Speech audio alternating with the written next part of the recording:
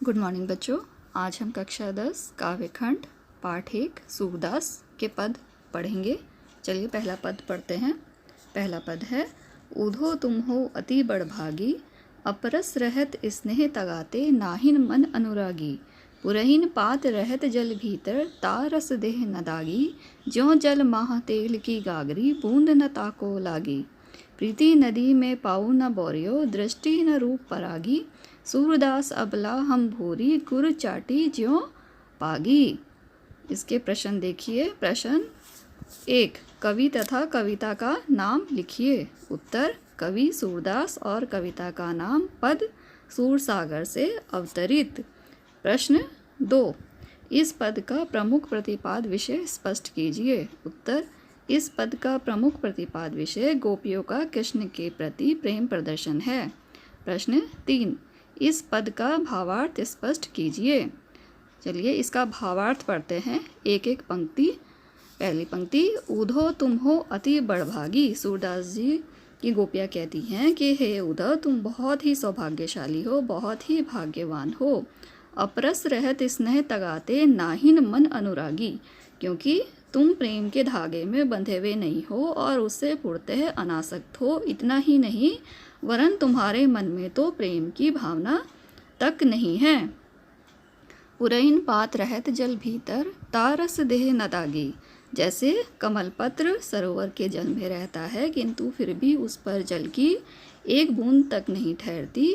ज्यों जल महा तेल की गागरी, बूंद न ताको लागी, इसी भांति तेल से भरी गगरी को जल में डुबाने पर भी उस पर जल की एक बूंद भी नहीं ठहरती। उसी प्रकार तुम भी कृष्ण सरोवर के प्रेम जल में रहते हो किंतु फिर भी तुम्हारे हृदय में उनकी प्रेम भावना का करुणा मात्र भी नहीं है। निसंदेह तुम नीरस और हृदयहीन हो। प्रीति नदी में पाओ न बोरियो, दृष्टि न रूप परागी, तुमने प्रेम सरिता में पाँव नहीं डुबाया और तुम्हारी दृष्टि कृष्ण सौंदर्य में डूबी है। अर्थात ना तो तुमने किसी को आकर्षित किया और ना ही किसी की तरफ आकर्षित हुए। सूरदास अबला हम भोरी, गुर चाटी ज्यों पागी, किंतु हम इसके बिल्कुल विपरीत हैं। हम तो भोली भाली दुर्बल नारियां हैं, अबला नारियां हैं, जो कृष्ण प्रेम की मिठास में डूबकर उनसे उसी भांति लिप्त हो गई हैं जैसे कि चींटी गुड़ से लिपट जाती है और वहीं प्राण तक भी दे देती है। इस पद का भावार्थ है, भाव यह है कि हम तो कृष्ण से अनन्य और अटूट प्रेम करती हैं, चाहे इसके लिए हमें अपने प्राण ही विसर्जित क्यों ना करने पड़े। प्रश्न 4, इस पद का काव्य सौंदर्य लिखिए। काव्य सौंदर्य है इसका, भाषा इसकी ब्रज भाषा, अलंकार उपमा रूपक वक्रोक्ति, रस है वियोग और शब्द शक्ति है लक्षणा और छंद है गेय पद। उद्धव को सौभाग्यशाली क्यों कहा गया है? गोपियाँ उद्धव को सौभाग्यशाली कहती हैं क्योंकि उद्धव प्रेम के धागे में बंधे नहीं हैं और इससे पूर्णतः अनासक्त हैं। यदि वे श्री कृष्ण के प्रेम में बंधे होते तो उन्हें भी श्री कृष्ण के विरह में दुख ही उठाने पड़ते। यदि उन्हें प्रेम का अनुभव होता तो वे गोपियों को कभी भी योग साधना का उपदेश ना देते। प्रश्न, चींटी और गुड़ का उदाहरण किसके लिए दिया गया है? चींटी का उदाहरण गोपियों ने स्वयं के लिए और गुड़ का श्री कृष्ण के लिए दिया है। कमल पत्र की क्या विशेषता है? कमल पत्र सरोवर के जल में रहता है किंतु उस पर पानी की एक बूंद भी नहीं ठहरती, यह उसकी विशेषता है। अब हम पद 2 पढ़ेंगे। हमारे हरि हारिल की लकड़ी, मन वचन क्रम नंद नंदन उर, यह दृढ़ करी पकड़ी, जागत सोवत स्वप्न निवस दिवस निसी, कान्हा कान्हा जकरी, सुनत जोग लागत है ऐसो ज्यों करुई ककरी, सूतो व्याधि हमको ले आए, देखी सुनी ना करी, यह तो सूर तिन्हीं ले सौंपो, जिनके मन चकरी। प्रश्न, कवि तथा कविता का नाम बताइए। कवि सूरदास जी और कविता का नाम पद सूरसागर से अवतरित। प्रश्न, इस पद का भावार्थ स्पष्ट कीजिए। एक एक पंक्ति देखेंगे। हमारो हरि हारिल की लकड़ी, गोपियाँ कहती हैं कि हे भ्रमर उद्धव, हे उद्धव, श्री कृष्ण हमारे लिए हारिल पक्षी की लकड़ी के समान हैं। जिस प्रकार हारिल पक्षी अपने पंजों में हर समय लकड़ी दबाए रहता है, अर्थात उसका साथ नहीं छोड़ता, जागत मन क्रम वचन नंद नंदन उर यह दृढ़ करी पकड़ी। उसी प्रकार नंद जी के पुत्र अर्थात श्री कृष्ण को हमने अपने हृदय में मन, वचन और कर्म से धारण कर लिया है। जागत सोवत स्वप्न दिवस निसी कान्हा कान्हा जगरी। और अब तो हम जागते सोते स्वप्न में दिन रात कान्हा कान्हा की ही रट लगाए रहते हैं। अर्थात अब हम हर चेतन अचेतन अवस्था में श्री कृष्ण कृष्ण कृष्ण ही जपती रहती हैं। सुनत जोग लागत है ऐसो ज्यों करुई ककरी। कहती हैं कि यह योग की चर्चा हमें कड़वी ककड़ी की समान लगती है।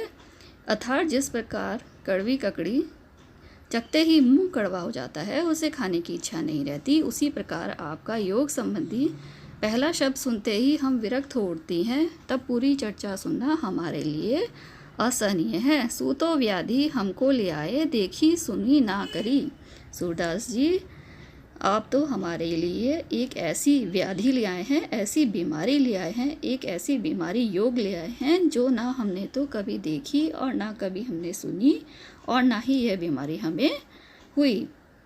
यह तो सूर तिन्हीं ले सौंपो जिनके मन चक्री। यह योग रूपी बीमारी तो आप उन्हें ही ले जाकर सौंपिए जिनके मन चक्री के समान चलायमान है।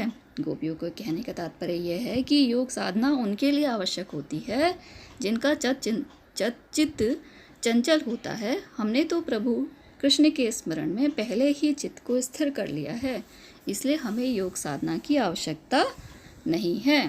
इस पद का काव्य सौंदर्य बताएंगे। काव्य सौंदर्य उत्तर देखिए। हारिल पक्षी विशेष जो हर समय अपने पंजों में सूखी लकड़ी दबाए रहता है। भाषा ब्रज भाषा, अलंकार अनुप्रास एवं उपमा, रस वियोग श्रृंगार, शब्द शक्ति लक्षणा और छंद गेय पद है। मन के चक्री होने से क्या आशय है? प्रश्न है, मन के चक्री होने से क्या आशय है? मन के चक्री होने से आशय मन के चंचल होने से है। प्रश्न, हारिल पक्षी की लकड़ी किसे कहा गया है? उत्तर, हारिल पक्षी की लकड़ी श्री कृष्ण को कहा गया है। प्रश्न, गोपियाँ किसे संबोधित कर रही हैं? उत्तर, गोपियाँ उद्धव को संबोधित करते हुए कहती हैं, उन्हें कृष्ण के प्रति अपनी भक्ति का स्वरूप समझाती हैं। प्रश्न, चेतन अचेतन अवस्था में गोपियाँ क्या करती हैं?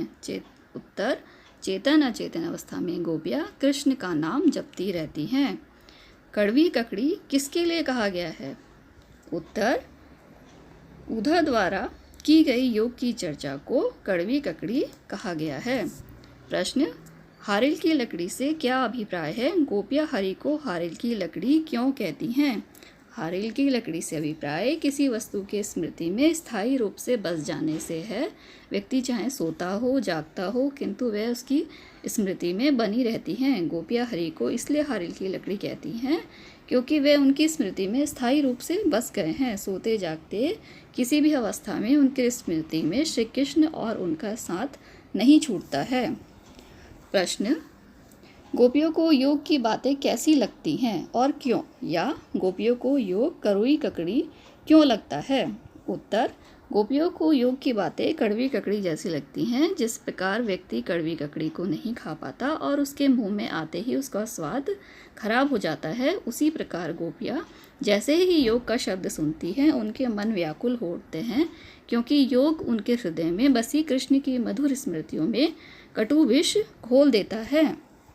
प्रश्न, गोपियाँ योग का उपदेश किन्हें देने को कहती हैं अथवा गोपियों ने उद्धव से योग ज्ञान किसके लिए उपयोगी कहा है? उत्तर, गोपियाँ योग का उपदेश उन्हें देने के लिए कहती हैं जिनके मन चक्री के समान चंचल हैं।